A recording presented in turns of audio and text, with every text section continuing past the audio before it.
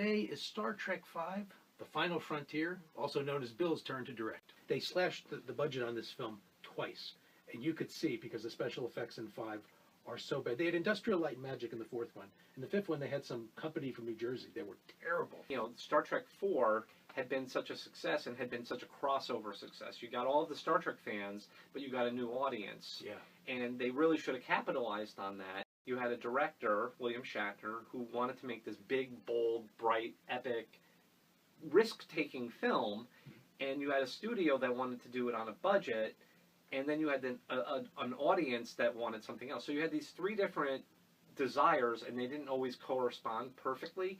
And I think that's part of the problem with the movie is, you know, the fan base that they gained with Star Trek IV weren't interested in this film. One of the things that was kind of interesting in that summer was there were a lot of these big sequels, and Star Trek V was certainly one of them. Yes. And almost all of the sequels that came out, other than Lethal Weapon 2 and Indiana Jones and the Last Crusade, basically Indiana Jones 3, either outright failed or to put it kindly, underperformed.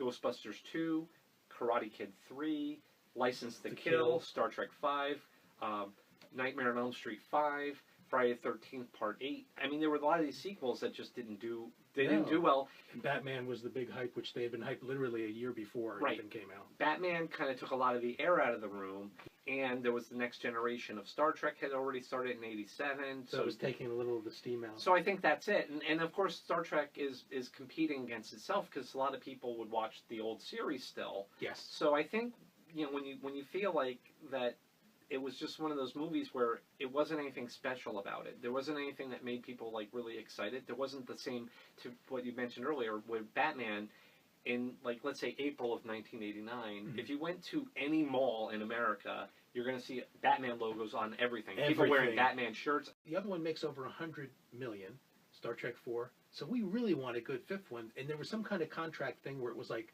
Shatner said, well, Nimoy's directed 2, it's my turn to direct. He almost screwed the whole franchise with it. There's a thing called favored nations, and that sometimes is contractual. If one actor gets something, the other does. And Shatner and Nimoy, even from like way back in the TV series era, had this contract, the favored nation. So if like Nimoy wanted a raise, Shatner would get the same raise, and vice versa.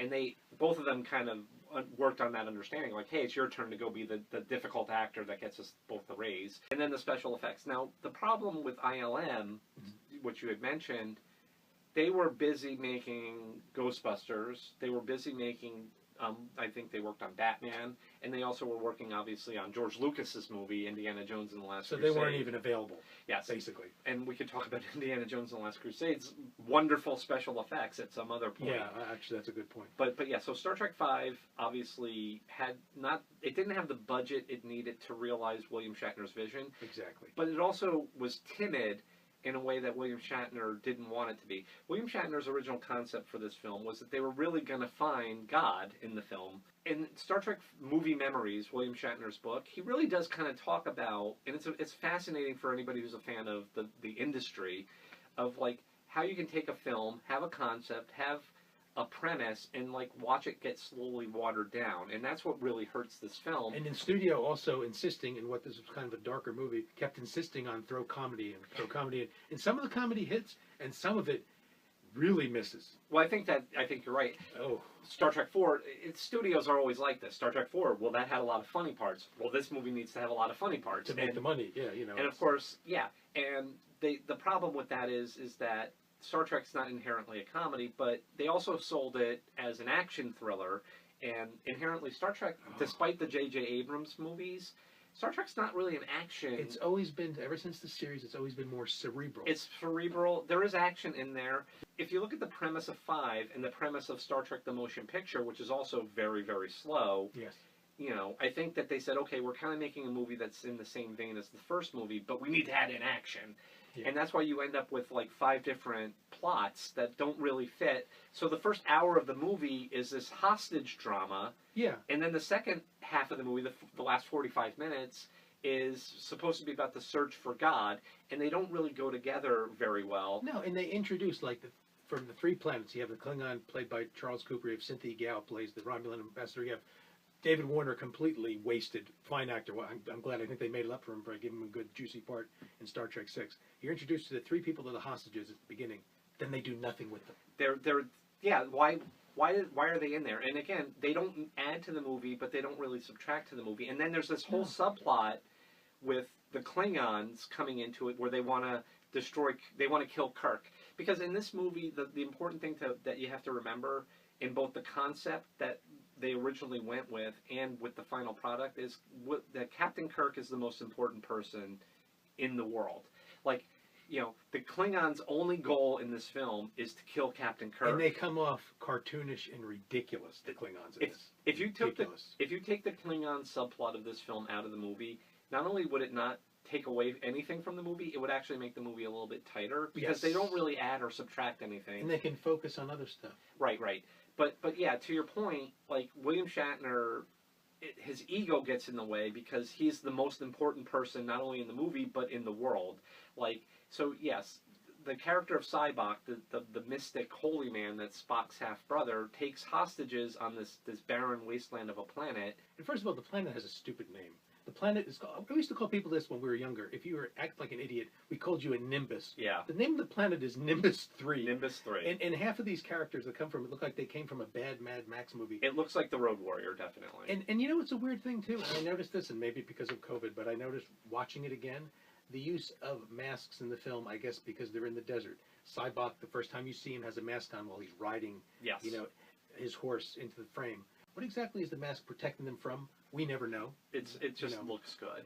And they do embarrassing things with the comedy. Nichelle Nichols has to do like a sexy dance in the film to distract Sybok's guards so they can take their horses. That ends up being embarrassing. That's not funny. That's like embarrassing. And did they not realize that? I think a lot of the stuff in the script probably played better than it's realized in the film. Yeah. But so in any case, they're on this planet. They take these hostages. Sybok's only goal is to get a spaceship. Sybok has enough power that he could probably have manipulated anybody to give him a spaceship, where they didn't have to go through this entire terrorist subplot. But in any case, the Enterprise, which is the new Enterprise that from the end of Part 4, is in disrepair because they didn't really shake it down enough, I guess. And the problem is that joke goes on too much. Like, not only does it, maybe once in a while something doesn't work, everything doesn't work. The transporters don't work. Captain Kirk's log thing doesn't work. Nothing works on the ship, and Scotty's complaining, and it just gets to the point where, like, the joke is overdone. It's too much. It is overdone, but it's also adding, like, with the Klingon subplot, it's adding more plot to the film to give it more complication. Like, that you don't need. The only reason it's in there is so that they can't transport down. So it's like the movie is constantly like making problems and then explaining them away. So, like, to my point, there's a part where Kirk has to be called back from shore leave, and the Enterprise is in no shape to mount any kind of a mission, much less a crucial rescue mission. Yeah, Scotty said there's literally less than a skeleton crew aboard. Right. So the Admiral comes on, who's played by Harv Bennett, the producer. Which is kind of a silly... In a cameo. But Kirk is like, well, the Enterprise isn't in any shape to do this, and there has to be other ships in the quadrant.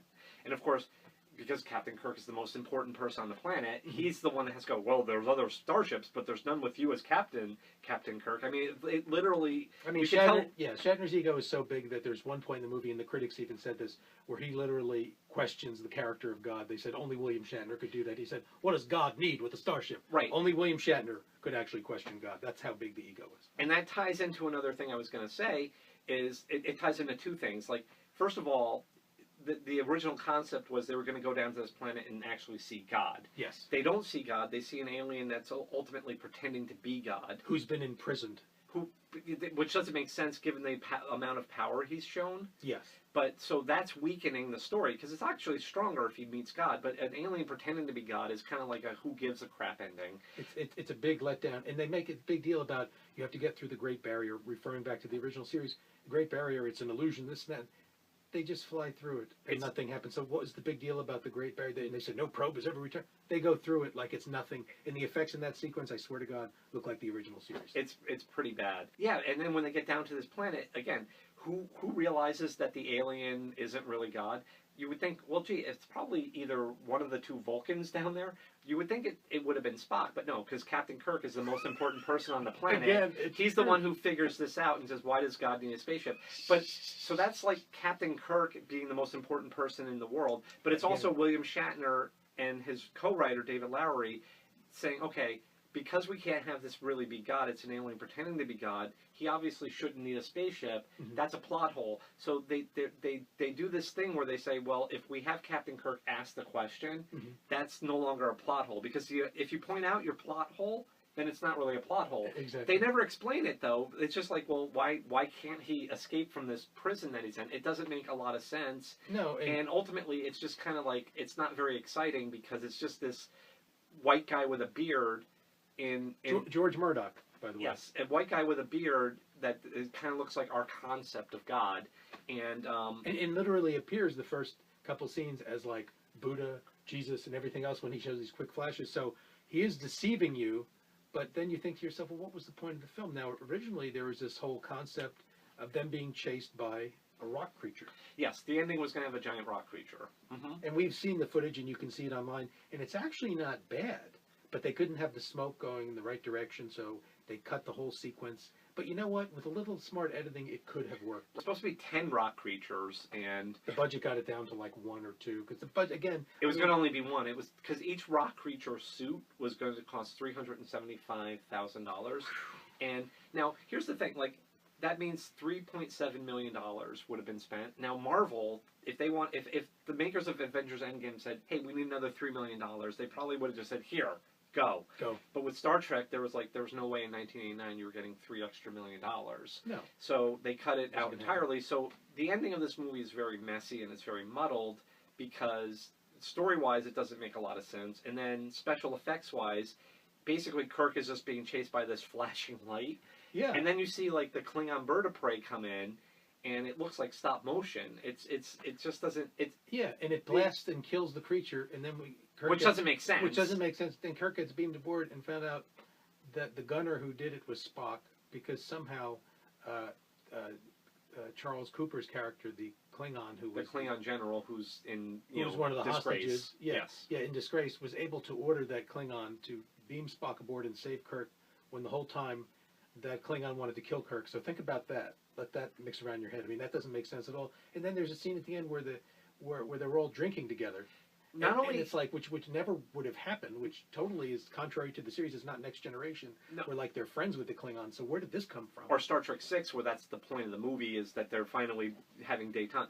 But exactly, the people that Sybok had as his followers are in that cocktail scene. I didn't know. I guess I never noticed that before. These were people that took the Enterprise over.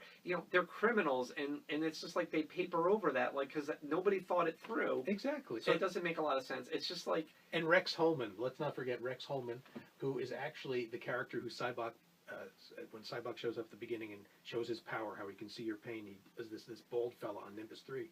That same actor, Rex Holman, actually played one of the Earps in the season 3 episode called Spectre of the Gun, the original Star Trek. Fun fact. I think a lot of people think that's the actor from The Hills Have Eyes. Oh my God, because Michael Berryman. He's got the teeth and got the. He's not quite as screwy looking. This movie's frustrating because I don't think it's terrible, but I also just think it's not very exciting either. And Shatner had these great concepts, and they just didn't realize it. Like Sybok was originally inspired to be this, like, he based on the televangelist scandals of the late 80s. Yes. But it doesn't work out that way because Sybok isn't a con artist. And Kirk even calls him a con artist at the end. And it's like, Sybok's not really conning people. He's actually the one that was being conned by this alien into thinking it was God. Exactly. And again, it weakens the film. Now, Lawrence Luckenbill playing Sybok is plenty of gravitas, a good, solid actor. He's great in the film. The movie lets him down because his character is pretty good, but they just kind of, it's not written with enough oomph. Like, if you want to really make him be like a charismatic con man, then do that. If you want to make him just be like a really holy man, do that. Because they don't really explain. No.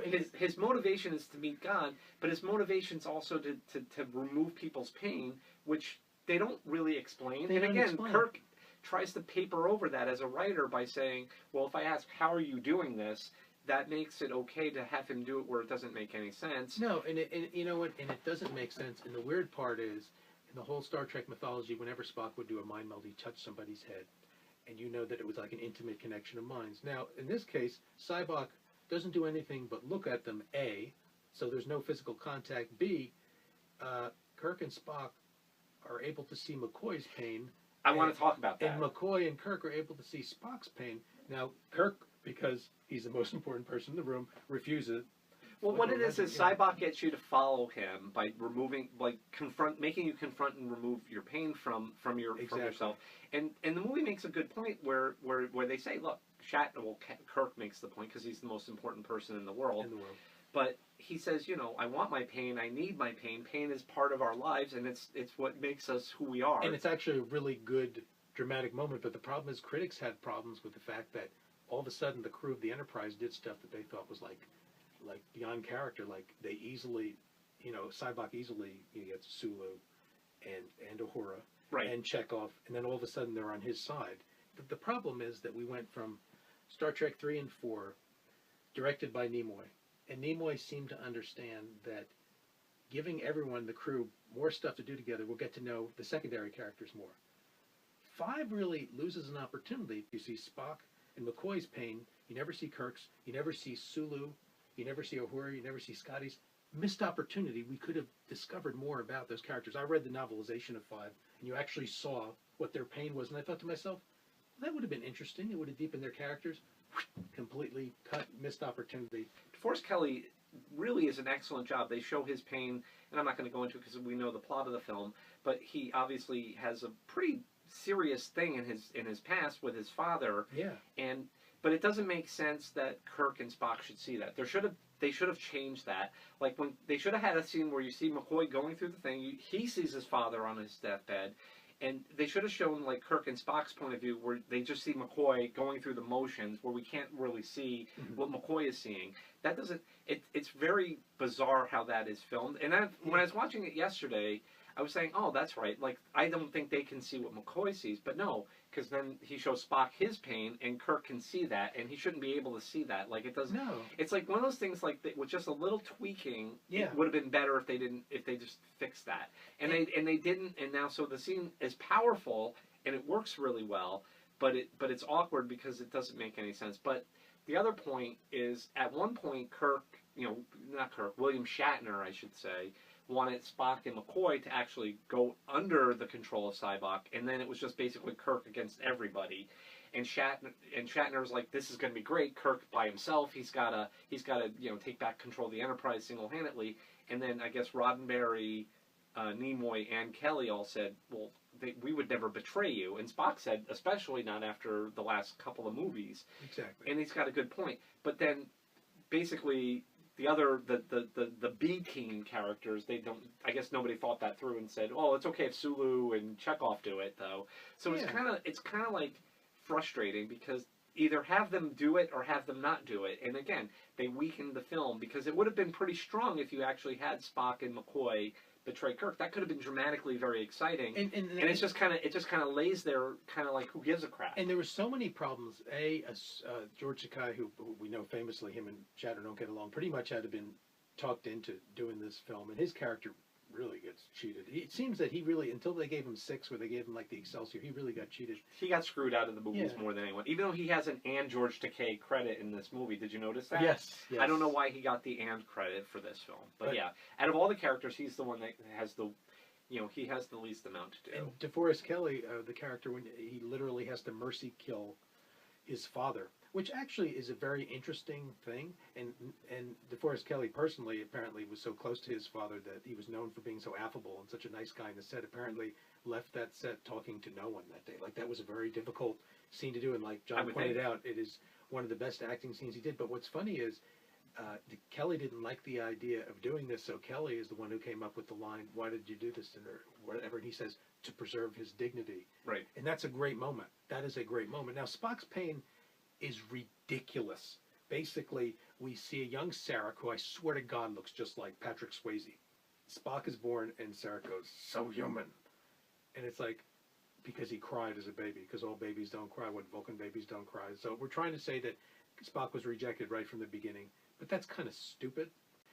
The film is just too muddled. And what's sad is, there are things in it that I do like that we haven't talked about. There's Okay. this. Yeah, we're focusing on the negatives because there's a lot, but yes, what is something that you did like? The interplay between the three is a little more personal this time, and where critics made fun of the whole they're around the campfire sequence, I understand. Some of it, like McCoy says something, all these time and space getting on each other's nerves. Most people have families. What do we do? And surely we spend the time together. I like the campfire scene, by the way. I do I too. think the campfire scenes that bracket the film are wonderful.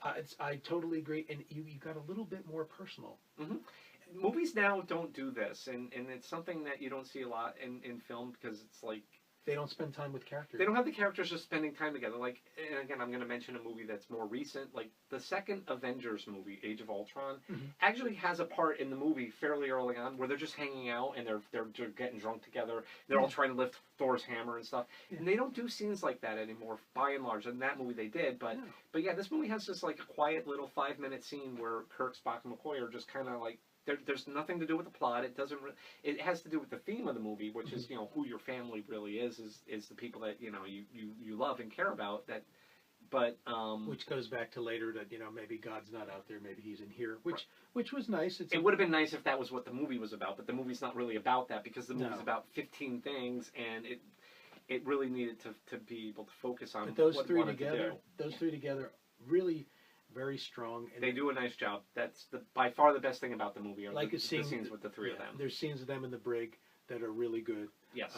There's a lot of stuff, a lot of stupid humor, like Scotty hitting his head, which was like... That's the end of the trailer, and people probably right then were like, uh-oh. This movie looked... And then, even worse, Scotty and Uhura all of a sudden, after all these years, have an attraction, which is embarrassing to watch. I found it extremely embarrassing. If you're gonna do that, do it.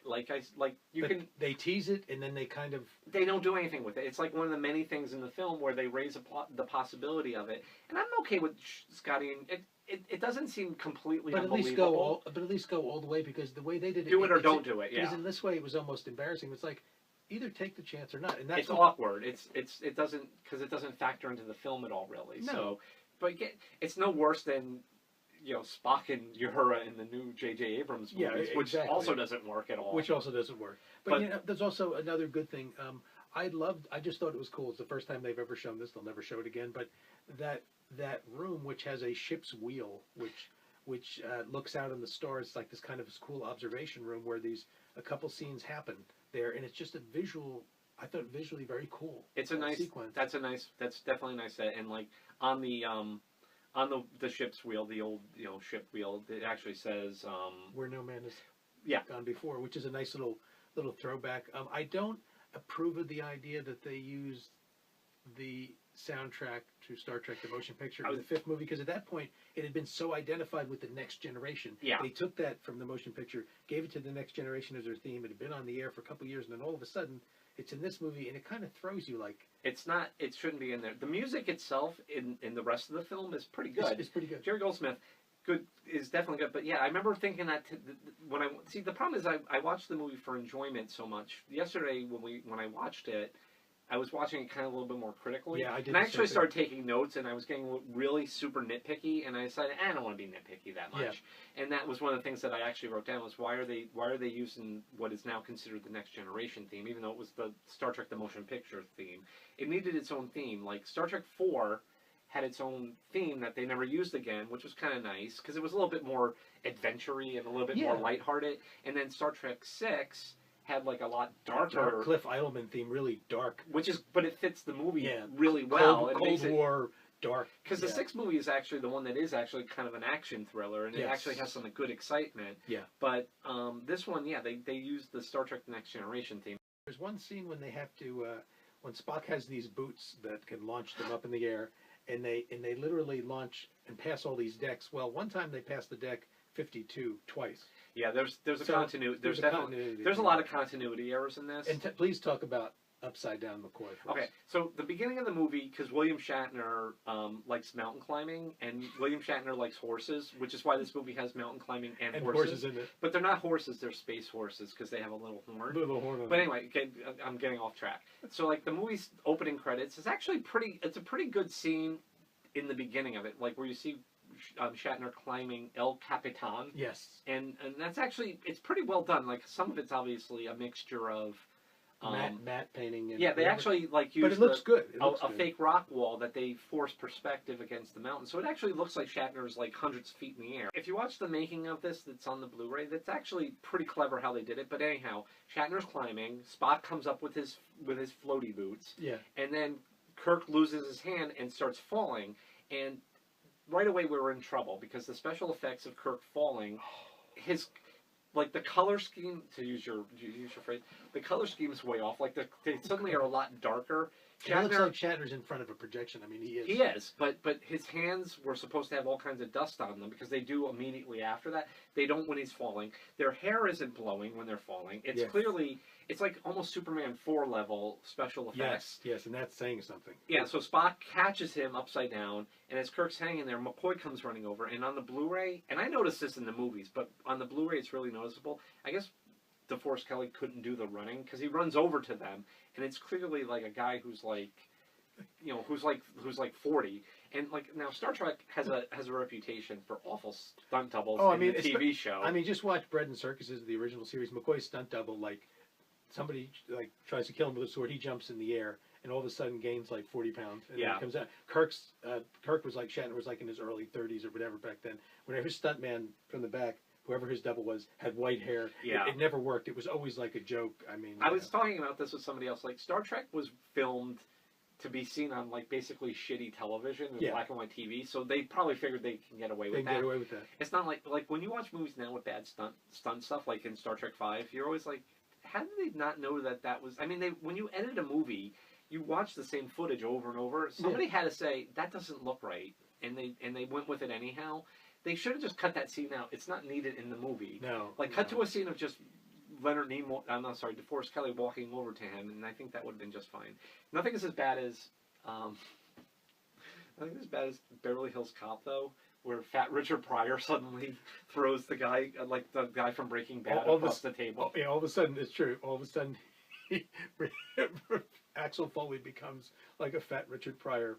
And and it's funny because he's not even the one who does the stunt. No. So was Eddie Murphy like getting craft service at the time? Eddie Murphy was just like, I'm not doing that. And William Shatner, in his book, really is kind of candid about saying, look, we made a lot of compromises, and I probably made more compromises than I should have. Exactly. And that's where, when you watch the movie now, it's unfortunate because it's frustrating. Excuse me, because there is good stuff in it. Yes. And like if they had just like really said, okay, let's really stick with one thing and make that the thing, it would have been an ultimately a much more successful film financially, but also it wouldn't be considered one of the worst movies in the franchise. And I think it is kind of thought of as the worst film. It's so divisive, and that's the sad part, is like literally like 6 came along and bookended the series and did a really nice job, because 6 really cuts in well from 2, 3, 4, and 6. And they always talk about, they also often talk about the movies that the even numbers are better. Though I'd like Star Trek 3 just fine. I like the first one too. I mean, the first one's reputation has gotten better over the last years. I think this one, the reputation's gotten worse. But you know what? But the tough thing is, don't listen to a commentary track with Shatner now, who admittedly has a bad memory now. Like at one point, he actually says on one of the commentary tracks that, you know, this was DeForest Kelley's last film, which it wasn't. DeForest Kelley lived and, yes, was in Star Trek 6, The Undiscovered Country. So Shatner's a little out there in his head. Another great sequence, I just want to bring it up. It's actually my favorite sequence of the movie. We always hear how Vulcans are 2 times stronger than humans. I always love the scene when the shuttlecraft lands, crashes into the ship, and Sybok literally gets into a fight with Kirk and like picks him up and like throws him against the other. That's actually a cool sequence. The music is cool in that sequence. Yes. And even the whole thing happening with Spock, though, I thought it was a little out of character. Now I kind of understand it more. That's actually, to me, the best scene in the movie. Kirk theoretically shouldn't be trying to fight Sybok, because Kirk is smart enough to know that a Vulcan could kill him literally with a punch. Yeah. He doesn't, but you need to have that action scene. You can't have Kirk not being the man of action. No, it is a well done scene though. Like I said, Lawrence Luckinbill, again, not the problem with the film. Like he's fine, but and when you watch it, you kind of you're surprised how much he grounds this character. A character he's the main character. Let's be honest, and that's a part. You know, Kirk and Spock and McCoy should be the main characters. They're kind of along for the ride. It's Sybok, and there's a point in this, and I remember a critic bringing this up. There's a point in this, and this just shows how muddled they were with the writing of this film. is when when Kirk says to Sybok, "You are mad," and he responds and goes, "Am I?"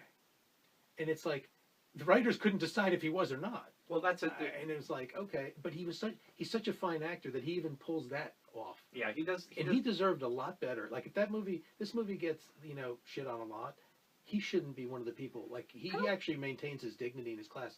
A lot of people are usually very good to him when they talk about this. I was gonna say, I think he came out of it fairly well. Like I don't think anybody, when people crap out on this movie, he's one of those people that kind of sneaks by. Yeah. Yeah, he was not the issue. And then again, and we didn't mention this, but just as a final kind of note, this movie also had a very shortened production time because there was a writer's strike.